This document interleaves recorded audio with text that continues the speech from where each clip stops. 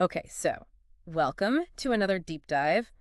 Today we are looking at something a little bit different. Yeah, this one's pretty creepy. It's actually a transcript from a horror podcast called Midnight Fears, and this episode is called The Last Call. All right. So we're not looking at, facts and figures here, right? It's more like Yeah. we're diving into a story and figuring out what makes it scary. Yeah, like what are the elements that make it work, you Yeah. know? Yeah, and how effective are those elements? I mean, we're going to look at this particular story, but also how it sort of fits into the broader, The broader yeah, horror genre. yeah, like those classic horror tropes Right, exactly. and things like that. So it is an audio story, or at least the transcript of an audio story. Yeah. So we're going to be talking about things that we're reading, Mm-hmm. but also how those things translate into an audio experience. Yeah, and how they might be using sound and things like that. Hmm. Yeah, cool. So let's jump in.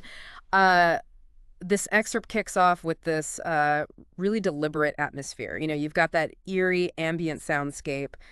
I can imagine it, right? The winds, the distant whispers. It's like the storyteller's immediately setting the stage, like, brace yourself. You're entering this world of unease. Yeah, it's interesting how quickly they do that. There's no long introduction or anything. It's just boom, right into that sound. Sensory detail. Yeah, and then the host of Midnight Fears starts whispering about nightmares becoming real, and it's such a direct attempt to tap into that primal feeling we all have when our safe, rational world feels like it's about to be invaded by something irrational and frightening. Right. Yeah, it's like you're being let in on a secret, something that you're not supposed to hear, but they're telling you anyway. Exactly. Yeah, which kind of immediately makes you feel a little bit uneasy. Yeah. Okay, so then we're introduced to Detective Laura Hayes, and it's this, very classic horror setup, right? We have this seasoned professional, but she's encountering something that defies her usual understanding of crime.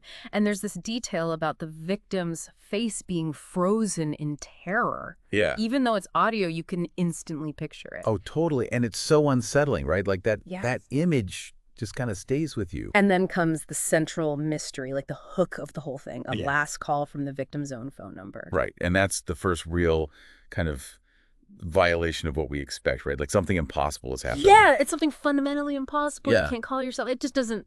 It doesn't work that way. No, it doesn't work that way at all. And then there's this voicemail, and it's just heavy breathing, followed by the victim's own voice saying, "You're next." Oh, God. That's creepy. It's so simple, but so creepy. That direct threat seemingly coming from beyond the grave, delivered in a voice that was once alive. Like, it just sends chills down your spine. And it's so effective, right? Because it's so minimal. Yeah, yeah. It's not over the top. It's just those few elements, and it's just so much more powerful because of that. Yeah, and then the narrative pivots right to Laura, and her phone's ringing at 3:00 a.m. and the caller ID shows her own number, so it instantly escalates the personal stakes.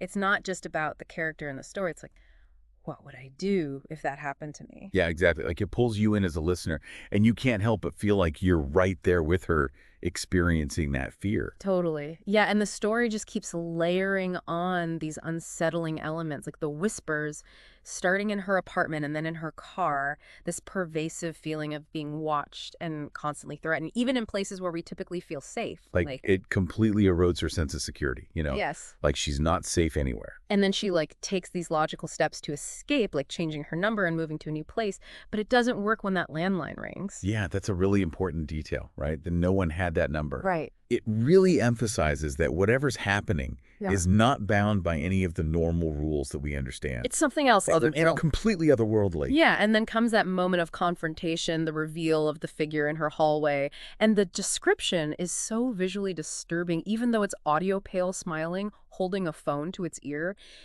It's that incongruity, the smile juxtaposed with this terror that is so unsettling. Yeah, it's like the uncanny valley. It's almost human, but just slightly off. And that makes it so much more disturbing. And then the horrifying realization that the call isn't coming from some external source, but from inside the house, from the figure itself. It takes the one place we consider our ultimate sanctuary and turns it into the heart of the nightmare. Exactly. Like there's nowhere to escape. Nowhere to escape. It's right there with her in her own home. And then the final act is so quick and brutal. Laura tries to flee, but the figure's always there, this relentless pursuer. And the description of her partner finding her the next morning, body stiff eyes wide, the phone still playing that chilling voicemail. It just brings the story full circle. Yeah, it's like the horror lingers even after death. It's this inescapable fate. And the fact that the police closed the case as a heart attack just highlights the inability of the rational everyday world to understand or explain these supernatural events. Right. It's like there's no explanation, no closure. No. It just adds to that sense of unease and mystery. And then the host of Midnight Fears returns, breaking that fourth wall with this chilling sign-off, directly addressing you, the listener, asking if you would answer a call from your own number.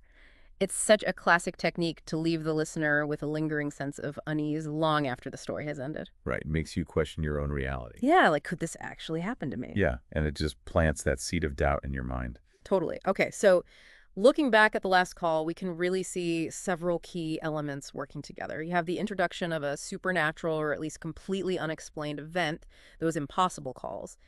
Then you have the steadily increasing tension, starting with the unsettling discovery and escalating through those threatening voicemails, the disembodied whispers, the failed attempts to escape, and finally that terrifying physical manifestation. Right, and the isolation of Detective Hayes is also crucial. Despite her profession, she's ultimately alone in confronting this. Yeah, and the story so effectively blurs that line between what's real and what's not, making the threat feel even more potent because it defies any logical explanation or natural order. And we can't forget the role of sound design, right? Yeah. Those sound effects, the ringing phone, the static, the faint heartbeat, the creaking door, the scream, it's all carefully chosen to amplify the atmosphere and create those visceral reactions in the listener.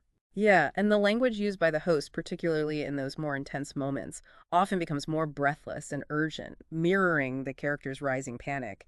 And it really paints this vivid and disturbing picture in your mind without needing to resort to explicit or graphic detail, which, as we often find in horror, is far more effective in generating true fear. Totally. It lets your imagination fill in the blanks, which can be much scarier So much scarier. than anything they could explicitly describe. It makes you think about why these kinds of stories have such a hold on us. Why are we so drawn to narratives that are specifically designed to scare us? I think it's a way for us to safely explore some of our deepest anxieties, the fear of the unknown, the feeling of losing control, the violation of our personal space and our sense of safety. Yeah, like a form of emotional inoculation. Exactly, like a controlled dose of fear that helps us cope with those real-life anxieties. So thinking about the techniques we've explored in the last call, what would you say are some of the common underlying fears or anxieties that horror stories often tap into? And how does that violation of the familiar, like the call coming from your own number, really amplify that feeling of dread? That's a really interesting question. I think for me, it's the fear of the things that we take for granted becoming something sinister.